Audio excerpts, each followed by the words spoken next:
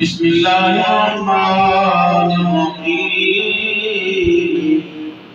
نحن نقص علیک احسن القصص صدق اللہ العظیم۔ فرمایا کہ یوسف علیہ السلام کا بیان، یوسف علیہ السلام کا واقعہ، یوسف علیہ السلام کا قصہ بہترین قصہ ہے، بہترین بیان ہے۔ نحن نقص علیک احسن القصص، تو یوسف علیہ السلام کے واقعے کو اللہ پاک نے احسن القصص کہا ہے۔ حضرت یوسف علیہ السلام حضرت یعقوب علیہ السلام کے آپ بیٹے ہیں، حضرت اسحاق علیہ السلام کے پوتے ہیں، اور حضرت ابراہیم علیہ السلام کے پڑپوتے ہیں۔ یوسف علیہ السلام کی والدہ ماجدہ کا نام راحیل بنت لابان ہے۔ یوسف علیہ السلام کی پیشانی مبارک پر نور نبوت چمک رہا تھا، چونکہ حضرت یعقوب علیہ السلام خود اللہ کے پیغمبر تھے، اسی لیے آپ نے حضرت یوسف علیہ السلام کی پیشانی پہ جو نور نبوت چمک رہا تھا اسے دیکھ لیا۔ اسی وجہ سے حضرت یعقوب علیہ السلام حضرت یوسف علیہ السلام سے بہت محبت اور پیار کیا کرتے تھے۔ سورہ یوسف یہ کیوں نازل ہوئی، اس کا شان نزول کیا ہے؟ کفاران مکہ جب اپنے بہت سارے ہیلے اور حربے استعمال کرتے تھے، کسی نہ کسی طریقے سے ہم نبی کریم صلی اللہ علیہ وآلہ وسلم کو نعوذ باللہ نیچا دکھاتے یا انہیں لاجواب کرتے، لیکن ہر بار ناکام اور ناشاد ہوتے تھے۔ وہ یہودیوں کے پاس گئے کفاران مکہ اور جا کے کہا ہمیں کوئی ایسا ہیلا بتاؤ، کوئی ایسی چیز بتاؤ کہ ہم محمد صلی اللہ علیہ وسلم کو لاجواب کر دیں۔ یہودیوں نے یہ مشورہ کیا تم جا کے حضرت محمد صلی اللہ علیہ وسلم سے یہ پوچھو کہ یعقوب علیہ السلام کی اولاد ملک شام سے مصر کیوں گئی، اور یوسف علیہ السلام کا تفصیلی ذکر انہیں کو بتاؤ۔ اگر وہ سچے نبی ہوئے تو بتا دیں گے، ورنہ وہ لاجواب ہو گئے۔ تو وہ آگے کفاران مکہ نبی کریم صلی اللہ علیہ وسلم سے یہ سوال کرتے ہیں یوسف علیہ السلام کے بارے میں، قصہ یوسف کے بارے میں، یعقوب علیہ السلام کی اولاد کے بارے میں۔ جب انہوں نے سوال کیے تو اللہ تبارک و تعالیٰ نے قرآن مجید کی آیات اتار دی، سورہ یوسف اتاری تفصیل کے ساتھ، اس کے اندر بیان فرمایا۔ تو یہ سورہ یوسف کا شان نزول ہے۔ اللہ پاک نے قرآن مجید کے اندر فرمایا نحن نقص علیک احسن القصص، کہ یوسف علیہ السلام کا قصہ بیان اور واقعہ بہترین قصص میں سے ہے، بہترین واقعات میں سے ہے۔ حضرت یوسف علیہ السلام کے ساتھ یعقوب علیہ السلام کی محبت دیکھ کر ان کے باقی بھائی وہ جلتے رہتے تھے، انہیں اس سے تکلیف ہوتی تھی۔ اسی دوران حضرت یوسف علیہ السلام نے ایک خواب دیکھا۔ حضرت یوسف علیہ السلام خواب کیا دیکھتے ہیں کہ 11 ستارے اور چاند اور سورج آپ کو سجدہ کر رہے ہیں۔ حضرت یوسف علیہ السلام نے یہ خواب حضرت والد گرامی یعقوب علیہ السلام کو بتایا۔ حضرت یعقوب علیہ السلام آپ نے حضرت یوسف علیہ السلام سے فرمایا کیا میرے بیٹے یہ خواب اپنے بھائیوں کو بیان نہ کرنا، مجھے اندیشہ ہے کہ ان کی طرف سے مجھے کوئی تکلیف اور رنج پہنچے گی، اس لیے آپ اس خواب کو اپنے بھائیوں کو نہ بتانا۔ چنانچہ قرآن مجید نے اس کو یوں بیان کیا اس قال یوسف لأبیہ یا ابت انی رأیت 11 کوكبا والشمس والقمر رأيت رأيتم لي ساجدين۔ اس کا مفہوم یہ ہے کہ اے میرے والد، میں نے 11 ستارے دیکھے، چاند سورج دیکھے، وہ میرے لیے سجدہ کر رہے ہیں۔ چنانچہ حضرت یعقوب علیہ السلام نے منع کیا، لیکن شیطان نے کسی نہ کسی طریقے سے حضرت یعقوب علیہ السلام کے دوسرے بیٹوں تک یہ بات پہنچا دی، ان تک یہ خواب پہنچ گیا کہ یوسف علیہ السلام یہ خواب دیکھا ہے۔ تو پہلے تو آپس میں کہتے ہیں کہ یوسف والد کو جھوٹے خواب پڑھ کر کے سناتا ہے، اور پھر انہیں زیادہ تکلیف ہونا شروع ہو گئی کہ یعقوب علیہ السلام تو پہلے ہی بڑی محبت کرتے ہیں، اور پھر ایسا خواب دیکھا ہے، اب یعقوب علیہ السلام والد گرامی کی محبت جو ہے وہ یوسف سے اور زیادہ ہو جائے گی۔ یوسف علیہ السلام کے بھائیوں نے باہمی مشورہ کیا کہ ہمیں چاہیے کہ اب یوسف علیہ السلام کو معاذ اللہ قتل کر دیں۔ چنانچہ انہوں نے ہیلا بہانہ کیا، یعقوب علیہ السلام کے پاس آ گئے، کہا ابا جان ہم چاہتے ہیں کہ یوسف کو اپنے ساتھ لے جائیں تاکہ اس کے ذریعے ہمیں فرق محسوس ہو، ہمیں خوشی محسوس ہو، اور ہم جو ہے ان کو اپنے ساتھ لے کے جائیں، اور محبت اور شفقت کا بہت ہی زیادہ انہوں نے اظہار کیا۔ چونکہ کنعان کے اندر بھیڑیے بہت زیادہ تھے، اسی لیے حضرت یعقوب علیہ السلام نے بھیڑیے کی مثال دی، فرمایا کہ مجھے اندیشہ ہے کہ کہیں انہیں بھیڑیاں نہ کھا جائے۔ بھائیوں نے کہا ہمارے جیسے طاقتور بھائی ہوتے ہوئے کیا کوئی بھیڑیا ان کو لے کے جا سکتا ہے؟ چنانچہ اللہ کی منشا تھی، مرضی تھی، حکمت تھی، اللہ نے آپ کو مصر پہنچانا تھا اور بادشاہی کے تخت پہ پہنچانا تھا۔ چنانچہ یہ سارے معاملات ہونے تھے، آپ نے اجازت دے دی، آپ کے بھائی یوسف علیہ السلام کو لے کے اپنے ساتھ چلے گئے۔ جو ہی حضرت یعقوب علیہ السلام کی نظروں سے اوجھل ہوئے تو انہوں نے سختی کا برتاؤ شروع کر دیا، کبھی کوئی شخص بات کہتا، کبھی کوئی شخصی کے ساتھ پکڑتا، یہاں تک کہ جب وہ میدان کے اندر پہنچ کے کنویں کے پاس، بھائیوں میں سے ایک بھائی یہودا انہوں نے مشورہ دیا کہ ہمیں یہ کام نہیں کرنا چاہیے، انہیں قتل نہیں کرنا چاہیے معاذ اللہ۔ پھر انہوں نے یہ پلان بنایا، منصوبہ بنایا کہ انہیں کنویں میں پھینک دیتے ہیں، اگر اللہ کی مرضی ہو تو وہی پہ ناؤز باللہ کام تمام ہو جائے گا، یا انہیں کوئی لے جائے گا یہاں سے دور۔ چنانچہ یوسف علیہ السلام کے ہاتھ پاؤں باندھ کر انہیں کنویں کے اندر پھینک دیا گیا۔ روایات اور سیرت اور تفسیر کی کتابوں کے اندر میں نے پڑھا اللہ پاک نے حضرت جبرائیل علیہ السلام کی ڈیوٹی لگا دی، جو آپ کے ساتھ کنویں کے اندر آپ کی حفاظت میں بھی معمور رہے اور آپ کا دل بھی لگاتے تھے۔ اس تنہائی کے اندر آپ کے ساتھ اس کا کام کرتے تھے، محبت اور شفقت آپ کے دل کے اندر پیدا ہو گئی اور وحشت ختم ہو گئی۔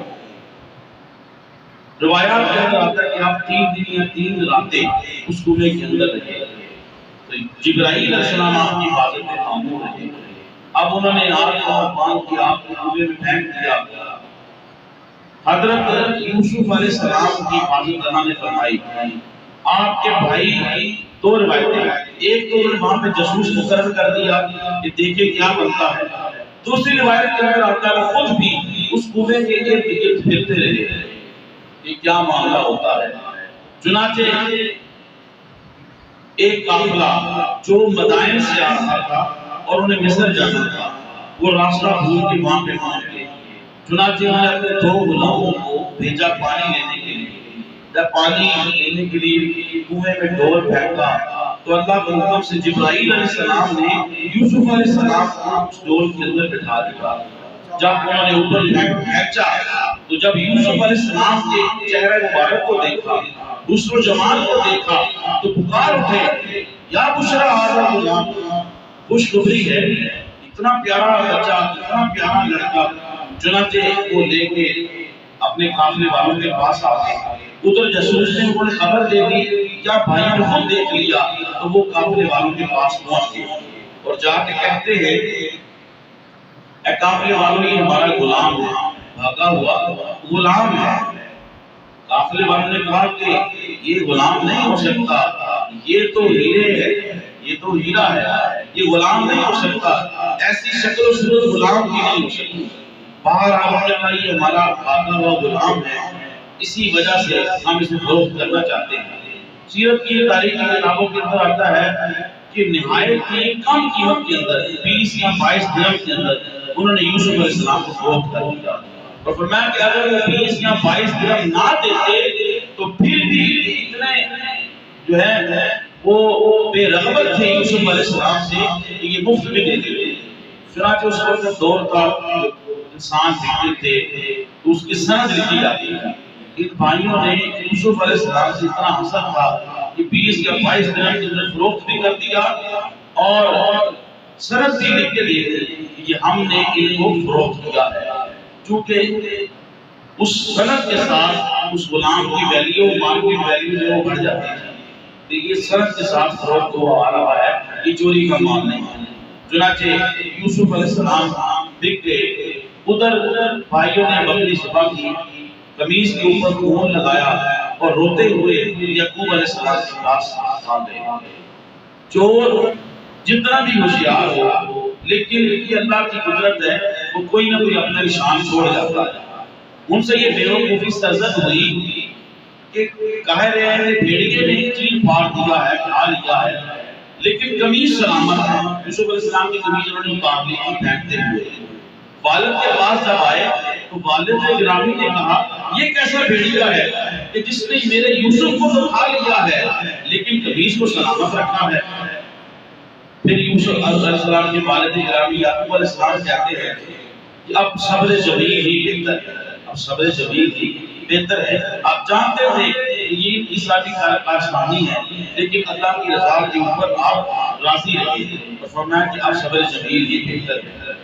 ادھر یعقوب علیہ السلام نے یہ بھی کہا، ایک روایت کو یہ بھی میں نے پڑھا، میں بھیڑیے کو لے کے آؤ۔ چنانچہ وہ ایک بھیڑیا پکڑ کے لے آئے، اس کے منہ کے اوپر خون لگا دیا۔ آپ اللہ کے پیغمبر تھے، آپ نے پوچھا، وہ بھیڑیا بولنا شروع ہوا۔ انہوں نے کہا میں اللہ کی پناہ مانگتا ہوں کہ ہم اللہ کے پیغمبر کو کھائیں، اللہ نے ہمارے اوپر پیغمبر کے گوشت کو کھانا حرام کر دیا ہے، اللہ نے ہمارے اوپر پیغمبر کے گوشت کو کھانا حرام کر دیا ہے۔ چنانچہ یوسف علیہ السلام کو لے کے وہ قافلے والے چلتے ہیں۔ حضرت یوسف علیہ السلام جب اپنی والدہ ماجدہ راحیل ان کا نام تھا، ان کی قبر مبارک کے قریب سے گزرے تو آپ کی آنسوں سے بے اختیار آنسو جاری ہوئے، جس کی وجہ سے رو رو کے آپ بے ہوش ہو گئے اور اپنی والدہ ماجدہ کی قبر کے قریب آپ گر گئے۔ چنانچہ قافلے والے چلتے تھے، کافی دور جاتے تھے، پیچھے دیکھا یوسف کو نہ پایا تو آپ کو ڈھونڈنے کے لیے آئے۔ جب وہ ڈھونڈنے کے لیے آئے تو آپ کو اپنی والدہ کی قبر کے اوپر روتا ہوا پایا۔ اس سے یہ بھی پتا چلا کہ مزارات پہ جانا، بالخصوص اپنے والدین کی قبروں پہ جانا، یہ سنت انبیاء ہے، یہ سنت انبیاء ہے، یہ پیغمبروں کی سنت ہے کہ وہ مزارات پہ جاتے ہیں، بالخصوص اپنے والدین کی قبروں پہ جاتے ہیں۔ تو یوسف علیہ السلام کی والدہ کی قبر کے اوپر بیٹھے ہیں، انہوں نے آگے غصے سے آپ کو تھپڑ مارا۔ اس میں سے ایک شخص نے جو ہی اس نے تھپڑ مارا تو فوراً انتہائی تیز آندھی اور طوفان آنا شروع ہو گیا، جس سے ان کا قافلے کا نظام سارا درم برم ہو گیا۔ انہوں نے جان لیا کہ یہ جو ہمیں تکلیف آئی ہے، طوفان آیا ہے، یہ حضرت یوسف علیہ السلام کے ساتھ ظلم، زیادتی اور ان کی بے ادبی کرنے کی وجہ سے آیا ہے۔ چنانچہ انہوں نے آپ سے معافی مانگی، اللہ تبارک و تعالیٰ نے طوفان کو روک دیا۔ اور پھر تاریخ کی کتابوں کے اندر آتا ہے جب تک وہ مصر کی طرف روانہ رہے، کئی واقعات انہوں نے ایسے دیکھے کہ یوسف علیہ السلام کی وجہ سے اللہ نے انہیں بے بہا برکت دیتا۔ قافلے والوں میں سے کوئی بیمار ہو جاتا، یوسف علیہ السلام ہاتھ پھیرتے دعا کرتے اللہ کو شفا عطا دیتا۔ کوئی بھی دوران سفر مشکل آتی تو یوسف علیہ السلام کی برکت سے اللہ اس مشکل کو دور کر دیتا۔ تو انہوں نے پھر سمجھ لیا، بڑی پھر ساری نسلیں انہیں حضرت یوسف علیہ السلام کی عزت کی، توقیر کی، احترام کیا کہ یہ کوئی عام ہستی نہیں ہے۔ تو یوسف علیہ السلام کی بازار مصر میں کافی قیمت لگی، کئیوں نے سونا لگایا، کئیوں نے ریشمی لباس، لیکن یہ قسمت اور جو سعادت ہے یہ عزیز مصر کے حصے میں ہے۔ چنانچہ عزیز مصر نے منہ مانگی قیمت دے کے حضرت یوسف علیہ السلام کو اپنے حصے میں رکھ لیا، اور یہ سعادت عزیز مصر کے اندر ہے۔ عزیز مصر کون تھا؟ یہ مصر کا وزیر خزانہ تھا، جس کا نام اطفیل یا کطفیل تھا۔ عبرانی زبان سے بہت زیادہ چلتی تھی، تو اس کا نام وزیر خزانہ کا اطفیل یا کطفیل تھا۔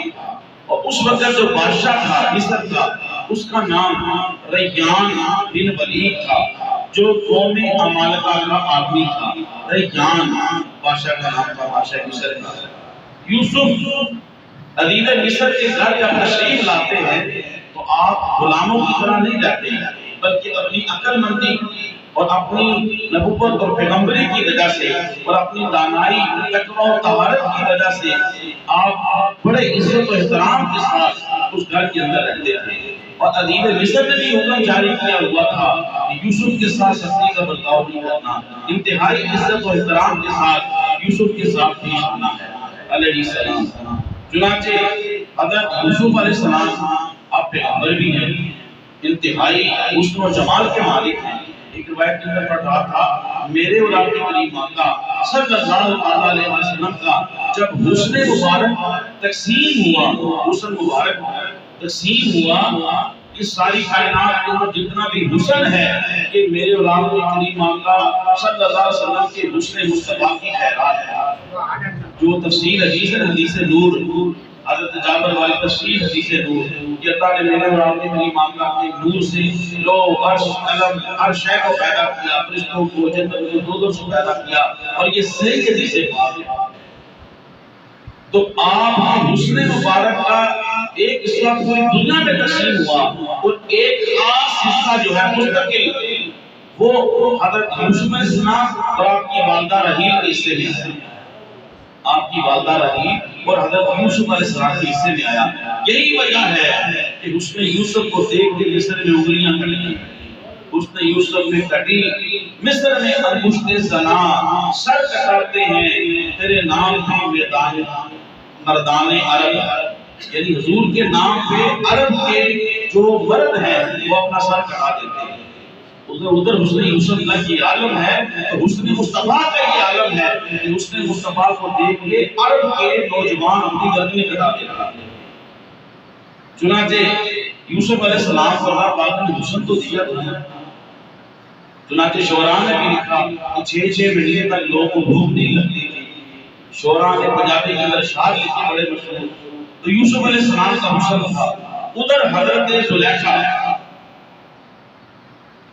حضرت یوسف علیہ السلام کے حسن کے اوپر فریفتہ ہو گئی۔ چنانچہ حضرت زلیخا انہوں نے اپنے اس محل کو، اس کمروں کو بند کیا اور یوسف علیہ السلام سے اپنے مطلب کے اندر کامیابی چاہی۔ جب انہوں نے اپنے مطلب کا مطالبہ کیا تو حضرت اس پہ بڑی بڑی تفصیلی واقعات ہیں۔ انہوں نے سب سے پہلے اپنے بالوں کی تاریخ کی، حضرت زلیخا نے۔ تو یوسف علیہ السلام نے کہا کہ مرنے کے بعد سب سے پہلے یہ بال ختم ہو جائیں۔ پھر اس نے آپ کی آنکھوں کی تاریخ کی، آپ نے کہا مرنے کے بعد یہ ڈھلک جائیں گے، یہ بہہ جائیں گے۔ پھر جو آپ کی آنکھوں کی تاریخ کرتی، آپ فکر آخرت کی باتیں کرتے، یہ چہرہ بھی ختم ہو جائے گا مرنے کے بعد۔ اب میرے پاس وقت نہیں، میں چاہتا ہوں زیادہ سے زیادہ باتیں کر لوں، ورنہ مولانا روم رحمۃ اللہ علیہ نے لکھا، میں صرف اشارہ کروں گا کہ خصوص نوجوانوں کے لیے کہ ہم جو ظاہری دنیا کے حسن جمال کے اوپر فریفتہ ہو جاتے ہیں۔ مولانا روم نے لکھا، میں بڑا اشارہ کروں گا، بڑا تفصیلی واقعہ ہے کہ ایک خاتون جو ہے عورت، وہ ایک آدمی کے اوپر بے عاشق ہوگی۔ اب بادشاہ نے اسے خریدا ہوا تھا اپنے لیے اس کے حسن کی وجہ سے، لیکن وہ بیمار ہوتی گئی، بڑے طبیبوں کو بلایا، پھر ایک دانا آدمی آیا، اس نے اس کی نفس کے اوپر ہاتھ رکھا، اس نے پوچھنا شروع کیا، شہروں کے نام لینا شروع کیا، تو جہاں پہ جس سے اسے پیار تھا اس شہر کا نام آیا، اس کی نفس تیز ہو گئی۔ پھر اس نے اس شہر کے جو فنکار ہیں یا آرٹسٹ ہیں یا جو پیشہ ور آدمی ہیں، ان پیشوں کے نام لینا شروع کیا۔ جب ان پیشوں کے نام لینا شروع کیا، جب سنار کا نام آیا، مولانا روح رحمۃ اللہ لکھتے ہیں، جب سنار کے پیشے کا نام آیا اس کی نفس اور تیز ہو گئی۔ اس دانا آدمی نے بادشاہ کو کہا، بادشاہ کا فلاں شہر کے جتنے بھی سنار ہیں اس کو بلا لو۔ چنانچہ سارے سناروں کو بلا لیا گیا۔ اور پھر اس لڑکی کے سامنے سارے سناروں کو رکھتے، ایک ایک کر کے سارے چلے جاتے. جس سنار سے اس کو عشق تھا جب وہ آیا تو اٹھ کے بیٹھ گیا. بادشاہ نے کہا، اس طبیب اور دانا آدمی نے کہا کہ بادشاہ تمہارا کام ہو گیا، اس کی مرض کو میرے کام ہوا ہے. چنانچہ اس دانا آدمی نے مرض بھی پکڑ لیا، اب علاج بھی تو ہونا چاہیے. اس نے کہا کہ بادشاہ اس خوبصورت حسن و جمال کی سنار جو ہے، جس کے حسن کے اوپر یہ عورت فریبتا ہے، جس کے حسن کے اوپر یہ عورت فریبتا ہے، اس کو جلاب نہیں، اس کو جلاب نہیں. اب اس کو موشن آ رہے ہیں جلاب، اس کو پانی نکل گیا، رنگ پھیکا پڑ گیا، دیکھنے کے قابل نہ رہا. تو پھر انہوں نے اس کا جو فضلہ تھا غلاظت، وہ ایک جگہ جمع کی اور سب سے پہلے اس نوجوان کو اس عورت کے سامنے لائے. تو وہ عورت دیکھ کے اس کے بیزار ہو گئی، اس کو دیکھ کے بیزار ہو گئی. کہا کہ یہ وہ شخص نہیں ہے، میں یہ وہی شخص ہے جس کے اوپر تو مردی تھی. پھر اس کا فضلہ سامنے لایا گیا، غلاظت جو جلاب دے دے کے اس کے جسم سے نکلی تھی. پھر اس دانا آدمی نے کہا کہ تو جس پہ مردی تھی وہ یہ غلاظت ہے جو اس کے جسم سے نکل گئی. مولانا روم کا اتنا مزاج ہے، وہ یہ مثال دے کے بندے کو سمجھاتے ہیں کہ بندے تو جو دنیا کی حسن و جمال زین للناس حب الشہوات، شیطان نے قرآن کی آیت ہے، یہ دنیا کو سجا کے رکھا ہوا ہے. بالخصوص میرے نوجوان بھائیوں، تو فرمایا کہ تم جس حسن کے اوپر مر رہے ہو وہ اصل میں یہ غلاظت ہے. یہ غلاظت اگر اس کے جسم سے نکل گئی تو تم اب اس کے اوپر دیکھنے کے لیے دوبارہ نہیں. اگر تمہیں فریفتہ ہونا ہے، مولانا روم کہتے ہیں، تم اس حسن کے اوپر فریفتہ ہو جس نے اس حسن کو بنایا ہے. میاں صاحب نے فرمایا نا، چنگی شکل دیکھ کے مرنا یہ کوئی عقل مندوں کی دہائی نہیں ہے. فرمایا کہ بندہ اس کے اوپر مرے جس نے، میاں صاحب فرماتے ہیں شیخ کا ترجمہ یہ ہے، اس کے اوپر مرے جس نے اس کے حسن کو بنایا ہے. یعنی اللہ کے حسن جمال حقیقی کے اوپر جو ہے بندہ فریفتہ ہو. چنانچہ حضرت یوسف علیہ السلام، آپ مجھے آخرت کی باتیں بتاتے ہیں، وہ آپ کی جسم کی حسن کی تعریفیں کر رہے ہیں. آپ فرماتے ہیں یہ بال سب سے پہلے جانے والے ہیں. الغرض کہ حضرت یوسف علیہ السلام اس کے ہیلے اور اس کے مکر سے بچنے کے لیے جب آپ دروازے کی طرف بھاگتے ہیں، اللہ کی پناہ لیتے ہیں، تو دروازے کھلنا شروع ہو جاتے ہیں، مقفل خود بخود ٹوٹ جاتے ہیں.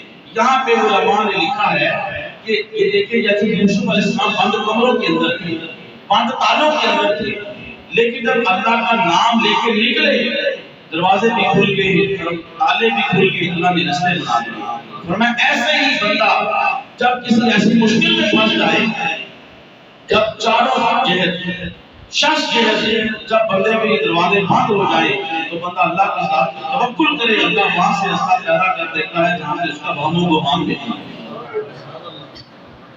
تو اس نے جبتے ہوئے پیچھے سے آپ کی قمیص کو کھینچا تھا. جب اس نے قمیص کو کھینچا، قمیص پھٹ گئی. سامنے ہی جب دروازہ کھلا، عزیز مصر کھڑا تھا. جب عزیز مصر کو حضرت زلیخا نے دیکھا تو فوراً کہا کہ یوسف علیہ السلام ان کے غلط ارادے کی وجہ سے نعوذ باللہ یا ان کو سزا دینی چاہیے یا ان کو قید کر دینا چاہیے. یہ اس نے مکر کیا، یا ان کو قید کرنا چاہیے یا ان کو دردناک عذاب دینا چاہیے، سزا دینی چاہیے. چنانچہ وہاں ایک شیر خوار بچہ تھا، شیر خوار دودھ پیتا ہوا بچہ تھا، وہ بول اٹھا. قرآن نے اس کو بیان کیا، اس کا مفہوم یہ ہے. فرمایا کہ اگر قمیص آگے سے پھٹی ہے تو پھر یوسف علیہ السلام کا قصور ہوا، اور اگر قمیص پیچھے سے پھٹی ہے تو پھر زلیخا کا قصور ہوا. جب دیکھا گیا، قرآن مجید کی آیت ہے، دیکھا گیا تو قمیص پیچھے سے پھٹی تھی. عزیز مصر کو بھی پتا تھا. اب معاملے کو چھپانے کے لیے ان کے پاس صرف ایک ہی حل تھا کہ انہوں نے حضرت یوسف علیہ السلام کو قید کے اندر ڈال دیا. حضرت یوسف علیہ السلام کو قید کے اندر ڈال دیا. ایک یہ بچہ بولا ہے بنگوڑے کے اندر، ایک حضرت مریم علیہ السلام کے بیٹے حضرت عیسیٰ علیہ السلام پیغمبر یہ بچپن کے اندر بولے کہ میں اللہ کا بندہ ہوں، آتا کتاب، مجھے کتاب بھی دی گئی ہے، مجھے نبی بھی بنایا گیا ہے. اور تیسرا بنی اسرائیل کا ایک شخص، غالباً اس کا نام جریح تھا، اپنی والدہ کی نافرمانی کی، اس وجہ سے اس کو تہمت کے اندر شریک ہو گیا. تہمت اس کے اوپر لگی، بڑا نیک آدمی تھا لیکن والدہ کی نافرمانی کی تو پھر اس کی بات توبہ قبول ہوئی اور اس کی بات اظہار کرنے کے ایک بچے نے گواہی دی یہ بندہ سچا ہے، اس کے اوپر توبہ کرو۔ ایک وہ بچہ بولا بھولے کے اندر، ایک حضرت عیسیٰ علیہ السلام آپ بھولے کے اندر بولے، ایک یوسف علیہ السلام یہ جب ان کے اوپر تہمت لگی تو وہ شیر خار بچہ بولا، اور چوتھا فرعون کو نشانہ تھی اس کا وہ بچہ بولا، اور ایک عورت کو کہا کہ آپ اللہ کی وحدانیت کے اوپر ڈٹے رہے، فرعون غلط ہے۔ اس وقت ایک بچہ بولا۔ یہ چار بچے شیر خارجی کے اندر انہوں نے کلام کیا۔ مصر کی عورتوں نے حضرت زلیخا کو تانے دینا شروع کر دیا، فرمایا کہ زلیخا ملکہ ہو کے، عزیز مصر کی بیٹی ہو کے، ایک غلام کے اوپر جو ہے وہ اپنا دل دے بیٹھی ہے۔ چنانچہ جب تانے اور تشنیع حد سے بڑھ گئے تو حضرت زلیخا نے پھر ہیلا کیا، آپ نے ان عورتوں کو جمع کر لیا، زنان مصر کو، اور ان کے ہاتھوں کے اندر پھل دے دیے، چھریاں دے دی، پھل اور چھریاں دے دی، اور پھر یوسف سے گزارش کی آپ ایک مرتبہ کے سامنے سے گزر جائیں۔ حضرت یوسف علیہ السلام جب ان کے سامنے سے گزرے جب انہوں نے یوسف علیہ السلام کی حسن و جمال کو دیکھا تو بجائے پھل کاٹنے کے انہوں نے تیز دھار چھریوں سے اپنی انگلیوں کو کاٹ لیا، خون بہہ گیا، انگلیاں کٹ گئی، لیکن درد کا احساس نہ ہوا۔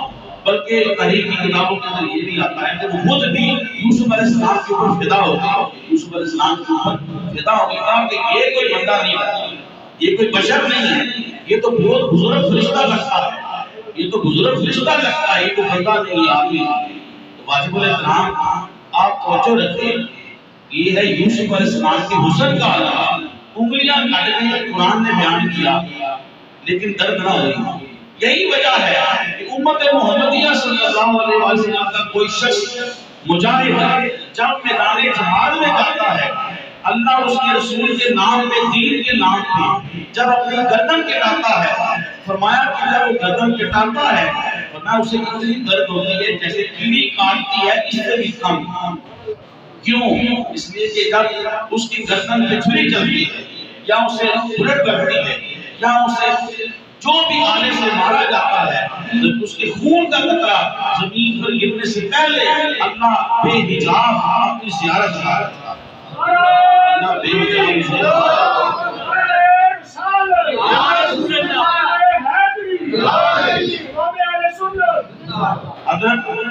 اللہ بے حساب مجھے بے حجاب اپنی زیارت نصیب کرتا ہے۔ تو جب یوسف کا حسن دیکھ کر انگلیاں کٹ جائیں اور درد نہ ہو تو پھر یوسف کے رب کا حسن دیکھ کے ایک انسان کو کیسے تکلیف ہوتی ہے؟ یہ تو ہماری من حیث القوم بدبختی ہے کہ ہم جہاد سے پیچھے ہٹتے ہیں، یہ من حیث القوم ہماری بدبختی ہے، ہمارے اندر جذبہ جہاد ہی نہیں رہا، ہم اتنے بزدل ہو چکے ہیں کہ جہاد کی بات کرنا بھی ڈرتے ہیں۔ اگر ہمارے اندر صحیح طور پہ جذبہ جہاد مسلمانوں کے اندر پیدا ہو جائے تو یہ چچیریاں بوسنیاں کشمیر سب آزاد ہو جائیں۔ ہم بزدل ہو چکے ہیں، جہاد سے پیچھے ہٹتے ہیں، اس لیے ذلت و رسوائی مسلمانوں کا مقدر ہو چکی ہے۔ اللہ تعالیٰ مسلمانوں کو دکھ ہویا ہوا وہ عروج دوبارہ عطا کرے۔